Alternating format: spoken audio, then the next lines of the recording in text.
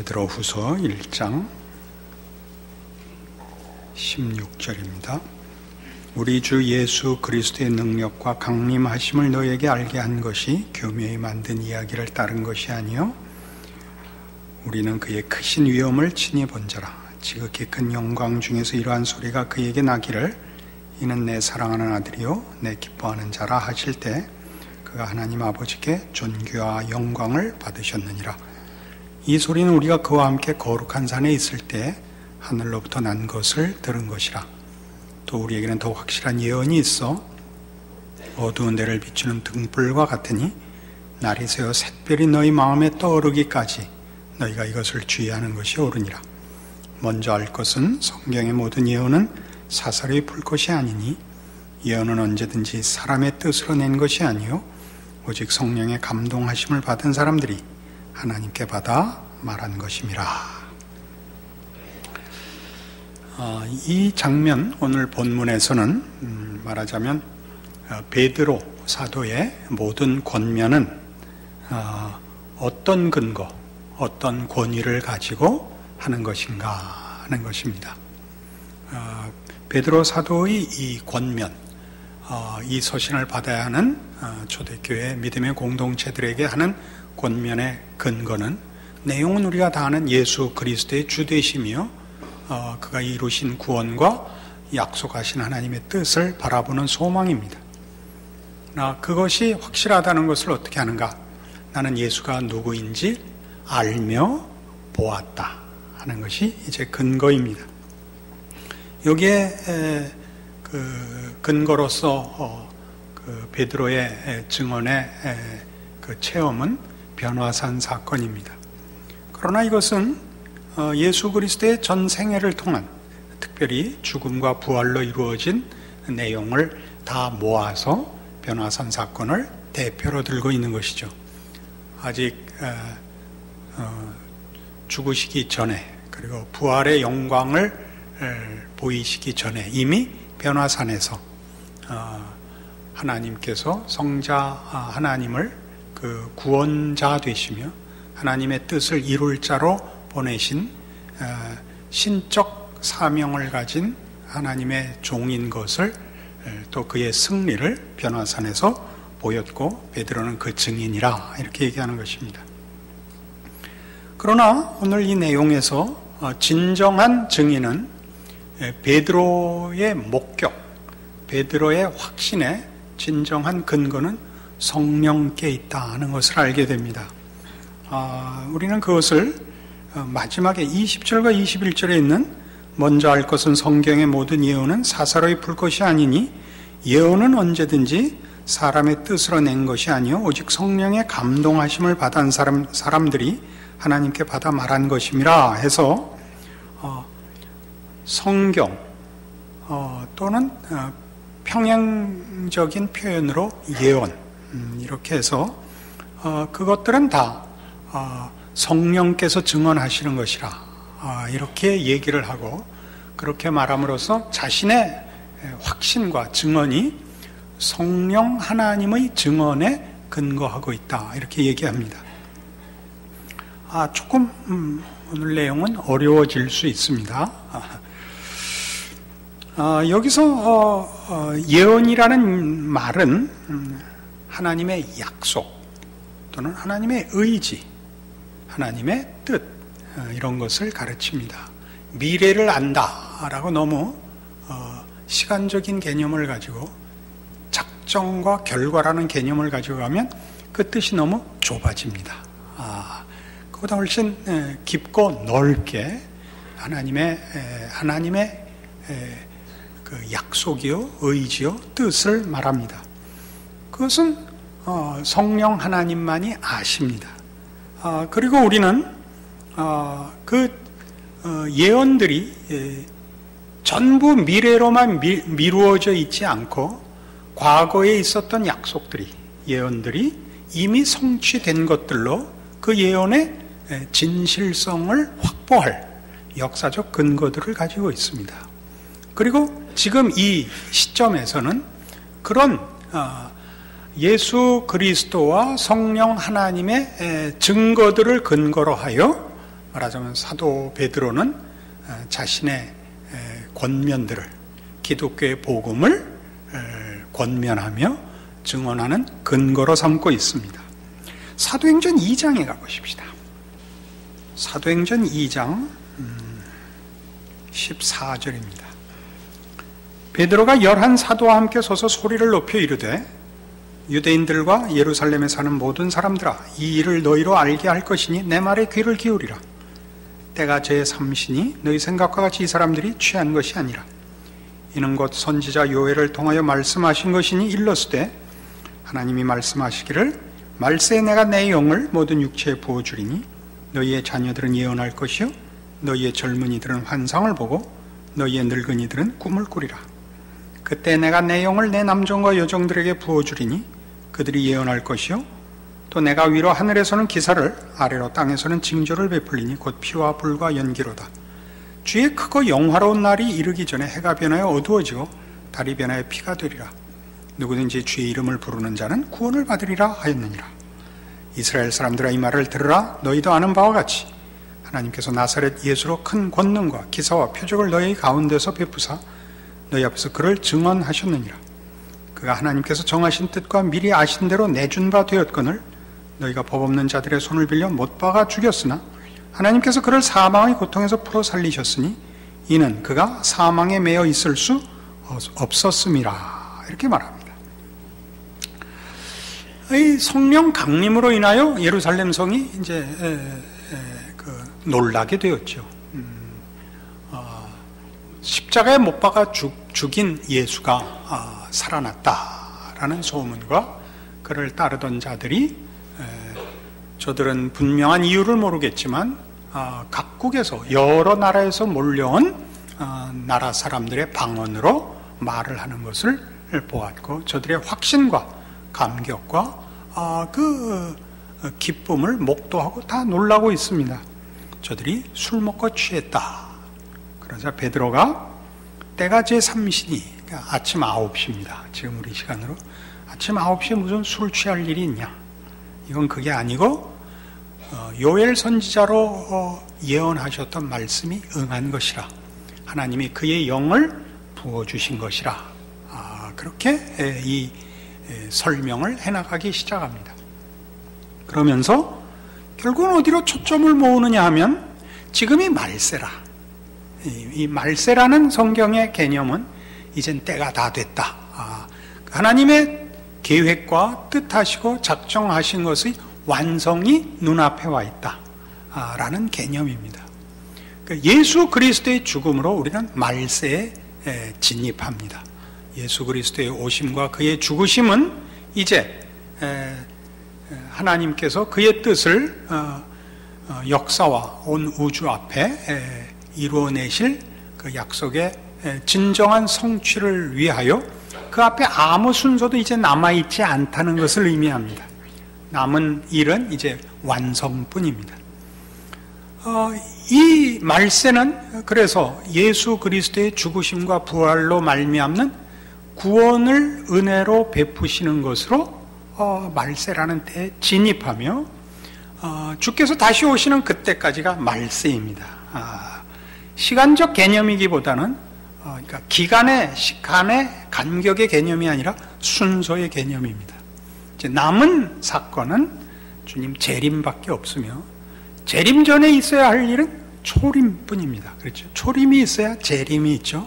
그래서 초림이 이루어지자 그때부터 말세는 시작하는 겁니다. 이제 재림만 남았기 때문입니다. 그런데 바로 이 예수의 죽으심과 부활하심으로 구원의 때가 열렸다.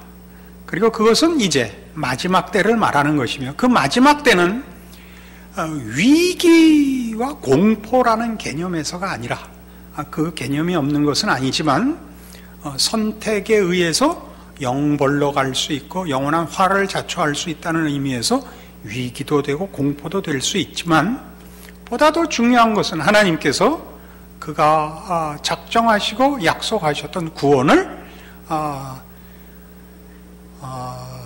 핑계댈 수 없고 변명할 수 없는 증거로 제시하셨다. 이것이 말세의 가장 중요한 의미입니다. 예수 그리스도께서 우리를 위하여 죽으시고 우리를 하나님의 자녀로 화목시키기 위하여 부활하사 하늘 보좌 우편에서 우리와 당신을 연합시켜 우리에게 약속한 것을 이루시는 사역을 지금도 하고 계십니다. 그 사역은 십자가와 부활로 이미 완성된 사역이며 인간의 시간의 개념 속에서 부르시는 모든 성도들 안에서 일어날, 그러나 하나님의 신실하심이 예수 그리스도의 십자가와 부활의 진실함에서 나타난 것 같이 실패할 수 없는 약속으로 우리에게 주어져 있습니다. 말이 좀 많이 복잡합니다만은 오늘 중요한 내용은 이제 자꾸 나가야 되니까 이렇게 됐습니다. 근데 이 성령이 오셨다는 것은 말세라는 증거고, 이 말세는 예수 그리스도로 인하여 시작됐고, 그 말세라는 것이 가지는 그 긴박감이라는 것이 사실은 이제 하나님의 약속이 코앞에 와 있다, 그 성취가 코앞에 와 있다는 뜻이며, 그런 의미에서 예수 그리스도의 사건은 위기를 부추기는 것이 아니라 하나님이 그의 약속과 뜻을 이루기 위하여 어떤 의미에서 하실 일을 다 하셨다라는 개념이다 라는 것이 이제 그 핵심입니다. 그러면서 예수 그리스도의 죽으심과 부활이 어떻게 성령의 강림과 연결되느냐 하는 것을 33절, 같은 사도행전 2장 33절, 하나님이 오른손으로 예수를 높이심에 그가 약속하신 성령을 아버지께 받아서 너희가 보고 듣는 이것을 부어주셨느니라.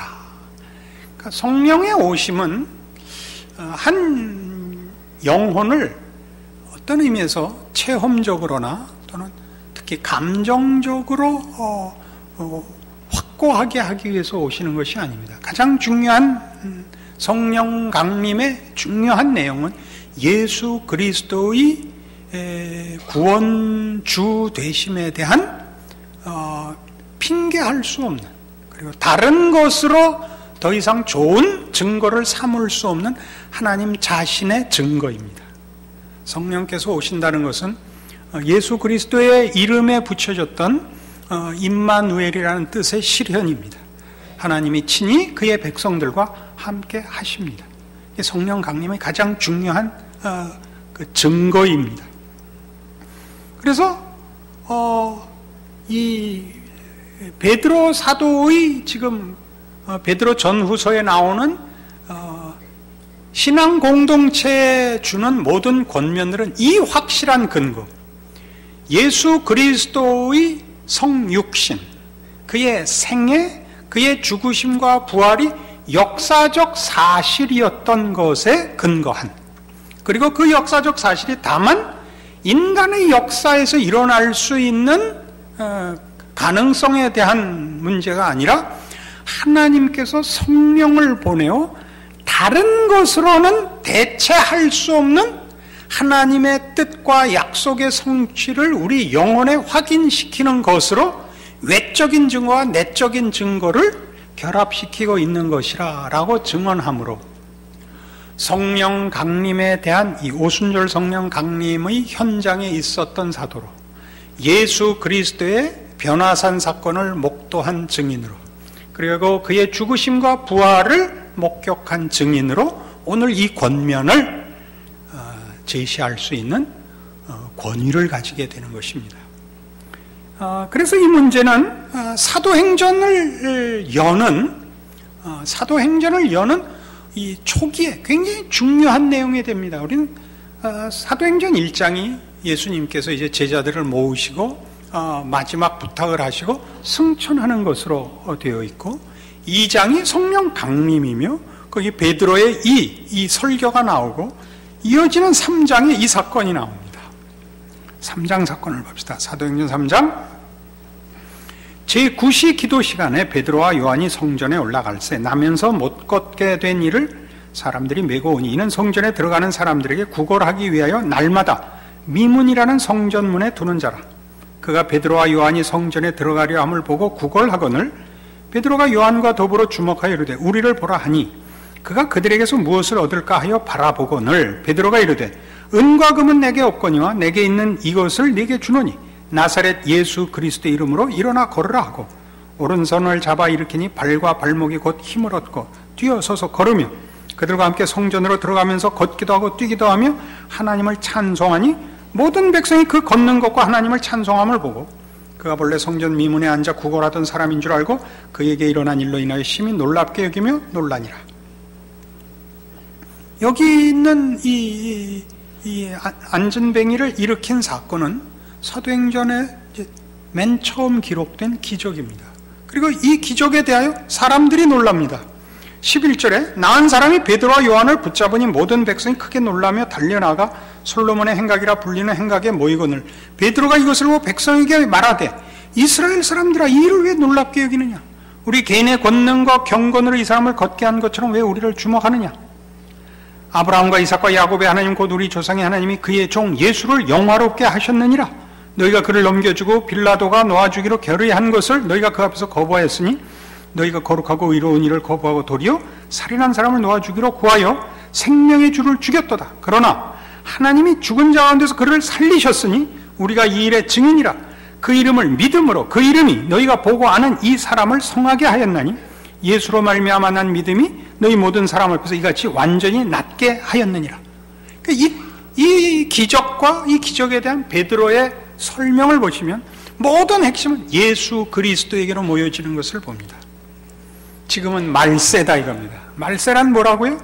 예수 그리스도로 말미암은 구원이 완성된 때요 모두에게 허락되는 때라.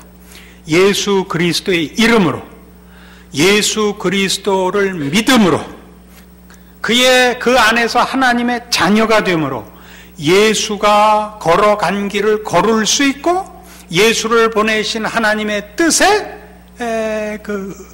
내용과 은혜를 입는 자가 되느니라. 이것이 이 사건의 핵심입니다. 예수를 믿었더니 어떤 기적을 일어나는 것의 문제가 아니고 그걸 다 어디에로 초점을 모으고 있는가를 놓치지 않아야 됩니다. 예수 그리스도로 말미암아 하나님의 뜻이 이제 명명백백하게 드러났도다. 그 뜻은 우리를 깨달으라는 정도가 아니며 우리에게 기회를 주는 정도가 아니라 우리 모두의 심령 속에 들어와 우리로 하여금 하나님으로부터 돌이켰던 마음을 하나님으로 돌아서게 하며 하나님을 붙잡게 하며 그가 우리를 향하여 가지신 뜻과 약속을 우리 안에 이루었다는 것을 보여주는, 그리고 그것을 가능케 했던 예수 그리스도에 대한 믿음이니라. 예수를 보내신 하나님의 뜻과 약속을 누리라, 믿으라, 지키라, 이렇게 연결돼서 얘기가 나올 수 있게 되는 것입니다. 4장에 가면 이 일로 인하여 이제 사도들이 잡혀갑니다. 그래서 그 관원들이 예수 이름을 전파하지 못하게 하며 그를 따르는 일을 말하자면 공개하지 말라고 협박합니다. 4장 1절부터 봅시다. 사도들이 백성에게 말할 때 제사장들과 성전 맡은 자와 사두개인들이 이르러 예수 안에 죽은 자의 부활이 있다고 백성을 가르치고 전함을 싫어하여 그들을 잡음의 날이 이미 저물었으므로 이튿날까지 가두었으나 말씀을 들은 사람 중에 믿는 자가 많으니 남자의 수가 약 5천이나 되었더라. 이튿날 관리들과 장로들과 서기관들이 예루살렘에 모였는데 대제사장 안나스와 가야바와 요한과 알렉산더와 및 대제사장의 문중이 다 참여하여 사도들을 가운데 세우고 묻되 너희가 무슨 권세와 누구의 이름으로 이 일을 행하였느냐. 이에 베드로가 성령이 충만하여 이르되 백성의 관리들과 장로들아, 만일 병자에게 행한 착한 일에 대하여 이 사람이 어떻게 구원을 받았느냐고 오늘 우리에게 질문한다면 너희와 모든 이스라엘 백성들은 알라. 너희가 십자가에 못 박고 하나님이 죽은 자 가운데서 살리신 나사렛 예수 그리스도의 이름으로 이 사람이 건강하게 되어 너희 앞에 섰느니라. 베드로가 성령이 충만하여, 이 8절에 있는 대로 베드로가 성령이 충만하여 10절에 이르는 바와 같이 너희와 모든 이스라엘 백성들은 알라. 지금은 말세니라. 예수 그리스도로 말미암아 하나님이 그의 구원을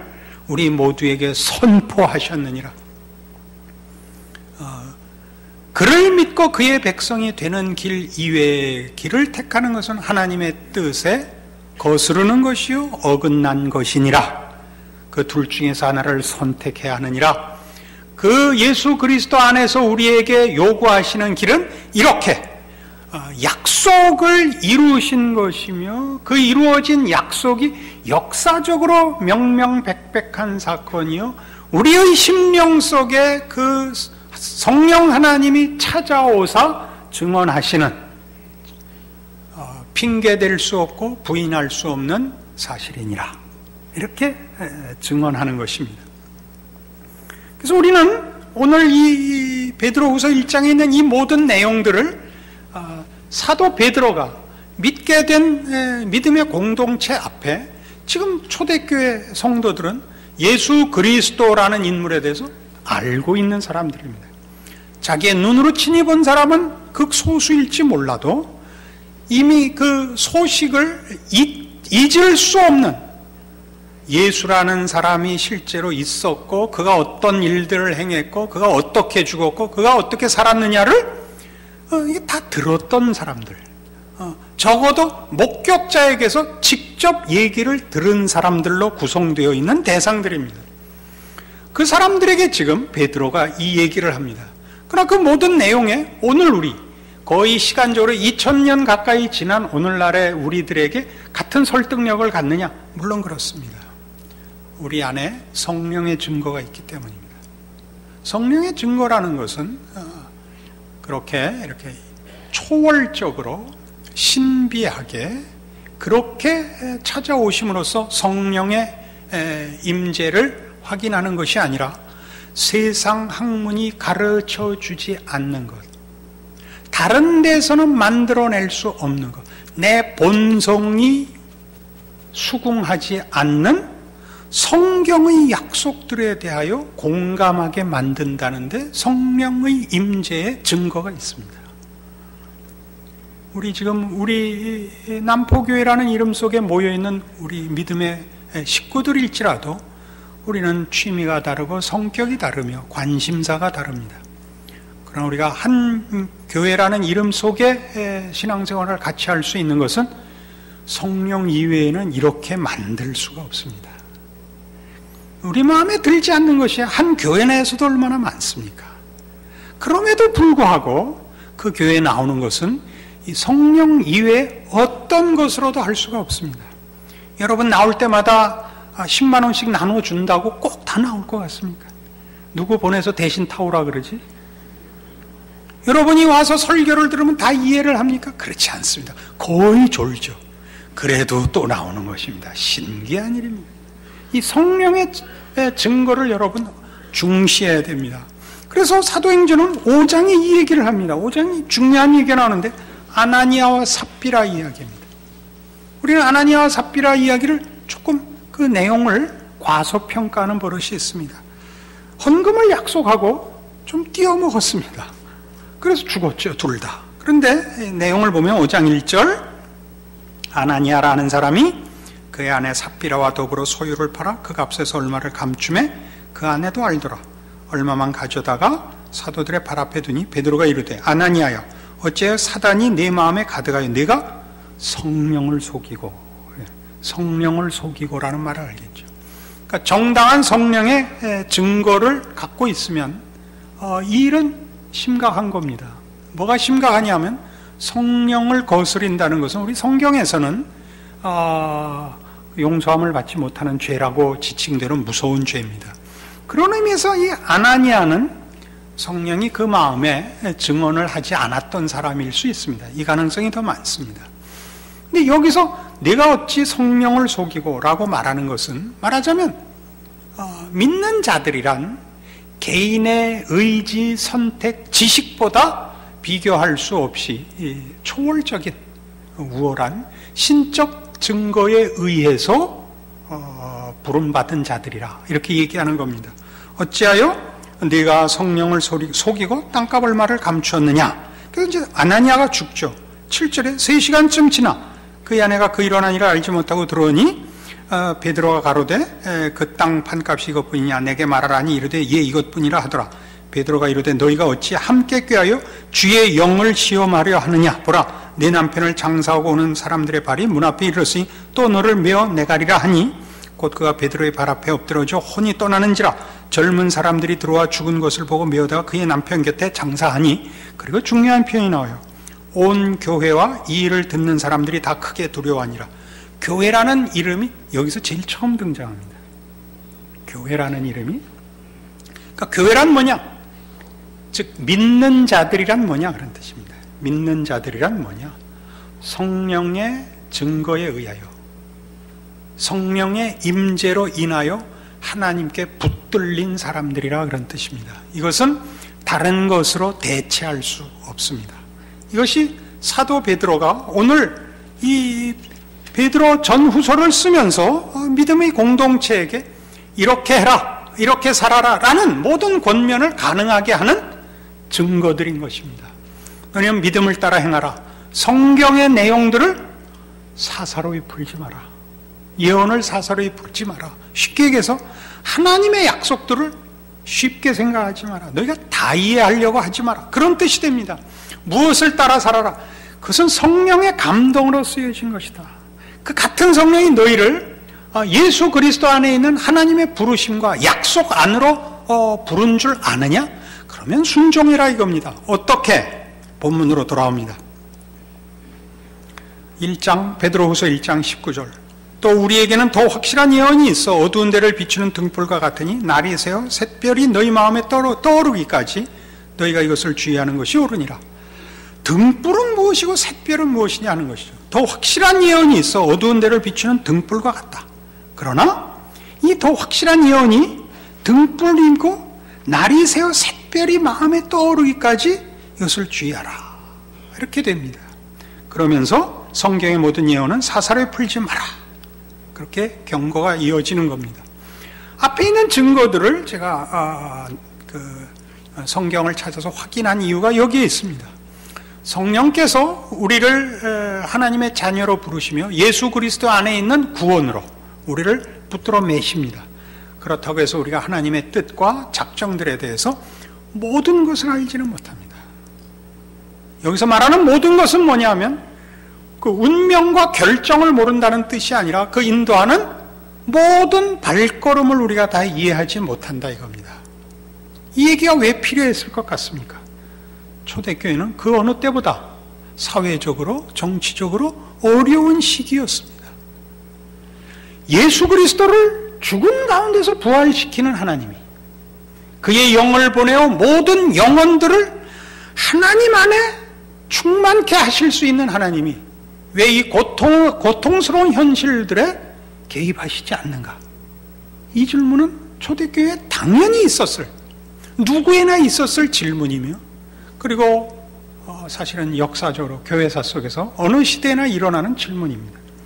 우리는 외적인 이유 때문에만 이 질문을 하는 것이 아니라 성령의 확실한 증거 속에서 그 믿음에 분명한 확신을 갖고 있음에도 불구하고 그 믿음대로 살지 못하는 우리 자신을 인하여 놀랍니다. 또 우리가 앞으로 더 많이 더 연구하고 생각해 봐야겠지만 어떤 일들은 잘잘못과 상관없는 어려움도 옵니다. 대표적으로 욥기가 그렇습니다. 우리 모두가 이런 일은 도대체 왜 일어났는가 싶은 현실이 우리의 그 인생 여정에 복병같이 느닷없이 그리고 견딜 수 없는 크기로 닥쳐옵니다. 그때 우리가 알아야 되는 건 이겁니다. 우리는 지금 할 수 있는 일에 대하여 성경의 명령을 받고 있다는 사실입니다. 무엇을 받고 있죠? 우리에게 확실한 것은 한 걸음을 떼어놓을 등불은 늘 있습니다. 예수를 바라보고 살라 입니다. 그의 말씀을 따라 한 걸음씩 가라 이겁니다. 우리는 성경 안에서 얼마든지 현실적인 안내자를 만나는데 가장 대표적인 것은 마태복음 6장 33절에 있는 바와 같이 너희는 먼저 그의 나라와 의를 구하라 라는 말씀입니다. 우리는 어떤 상황에서도 이 말씀을 적용할 수 있습니다.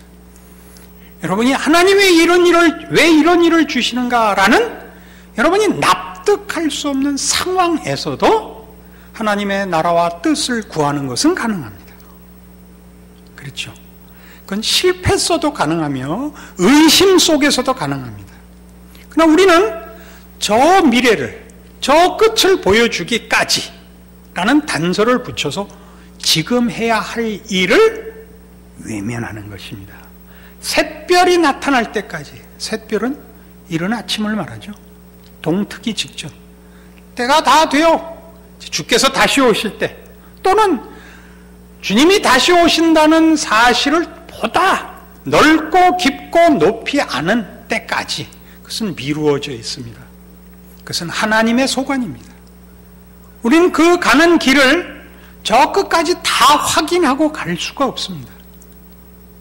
우리는 예수 그리스도 안에 있는 약속들이 세상이 우리에게 어떤 위협과 도전을 한다 할지라도 거부할 수 없는 우리의 선택이요, 잊을 수 없는 진리인 것을 이미 압니다. 그것이 성령의 증거입니다. 그 성령께서 모든 예언을, 성경을 기록해 하셨다 이겁니다. 그분은 다 압니다. 우리 안에도 오셨습니다. 그러나 다 우리의 행보가, 우리의 인생이 어떤 골목과 어떤 경우를 거쳐가는지를 다 약속하진 않습니다. 우리는 이해할 수 없는 현실을 만납니다. 그때 어떻게 하라? 그날 할 수 있는 것을 해라 이겁니다. 우리가 감당할 수 없는 어려움을 당하면 우리는 울 수밖에 없습니다. 그러나 그의 나라와 의를 구할 수 있습니다. 우린 슬퍼할 수는 있지만 우린 절망할 수는 없습니다. 절망에 가까운 생각이 드는 거야? 할 수 없죠. 우리의 한계니까. 그러나 우리는 그것이 끝이 아닌 줄을 압니다. 우리는 한 걸음을 내디뎌야 됩니다. 매일의 싸움입니다. 신자의 싸움입니다. 이 미래를 예측하며 미래를 알기 위해서 오늘을 외면하는 일이야말로 사실은 신앙의 전쟁에 있어서, 영적 전투에 있어서 늘 모든 신자들이 실패하는 가장 큰 문제거리들입니다. 우리는 그런 일들을 현실적으로도 이렇게 얘기합니다. 내가 하나님의 귀한 일꾼이 되고 하나님의 영광을 드러내기 위하여 무엇을, 어떤 직업을 택할까 하는 것으로도 적용합니다. 그것은 생각해 볼 만한 것이지만, 그래서 대학을 어느 과목을, 전공을 택할까 하는 것 때문에 방황하고 괴로워하고 그것을 가르쳐 달라고 매어 달리는 것은 성경이 약속하지 않는 일입니다. 우리는 사실은 의사가 돼서도 하나님의 백성 노릇을 할 수 있고, 그리고 예술가가 돼서도 하나님의 인생을, 하나님의 백성된 인생을 살 수 있습니다. 그것은 뜻밖의 별 차이가 없습니다. 문제는 언제나 어떤 길을 가야만, 어떤 선택을 해야만 더 잘 하나님 앞에 신앙생활을 할 수 있을 것이라는 생각이 우리로 하여금 지금 가야 하는 한 걸음을 떼어놓지 못하게 한다는 데 있습니다. 그 싸움을 하는 것입니다. 성경을 기록하고 모든 예언을 하며 모든 약속을, 그것을 다 알게 함으로써 나를 하나님이 지식적, 체험적 차원의 항복으로 우리를 하나님의 백성으로 납득시킨 것이 아니라 성령 하나님이 오셔서 하나님이 누구신가와 그의 약속의 신실함을 예수 그리스도 안에서 이루어 성령 하나님을 보내어 나를 설득했다는 사실을 기억하는 것입니다. 이것이 베드로의 권면의 권위의 근거며, 그 권면을 할 수 있는 이 수신자들의 이 권면을 들을 수 있는 가능성의 근거입니다. 오늘 제가 설교할 수 있는 근거며, 여러분들이 제 설교를 듣고 모두가 이 설교의 내용을 하나님의 인도하심과 격려의 말씀으로 공감할 수 있는 근거입니다. 여러분 모두가 이 시험에서 이기셔서 하루하루의 삶을, 순간을 책임지는 오늘 한 걸음의 등불을 약속하시는 성경의 모든 약속들과 권면에 귀 기울여 하루를 쌓아 한 달이 되고, 한 달이 이어져 1년이 되고, 1년이 이어져 평생이 되는 하나님의 신실한 사람으로 살아가고 승리하시는 인생이 되기를 바랍니다. 기도하십시다. 하나님 아버지 은혜를 감사합니다. 우리가 하나님을 알며 예수가 누구인지를 알고 믿는 사실은 우리로부터 출발하지 않았고 세상이 만들어준 것 아니요 하나님이 직접 하신 것을 믿습니다. 우리가 믿는 하나님은 예수 그리스도를 보내신 하나님이요 나를 사랑하시는 하나님이요 아브라함과 이삭과 야곱의 하나님이십니다.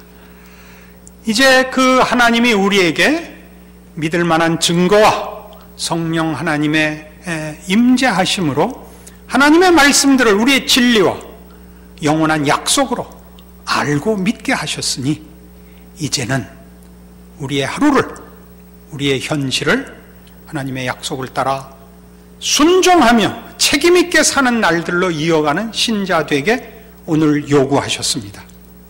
우리로 아멘하게 하시고 순종케 하시옵소서. 그래야 우리의 가는 길이 하나님의 자녀의 길이 되며 예수 그리스도 안에서 허락한 복된 신자의 길이 되며 승리의 길이며 하나님과 동행하는 길이며 기적의 인생이 되게 하여 주시옵소서. 예수님 이름으로 기도합니다.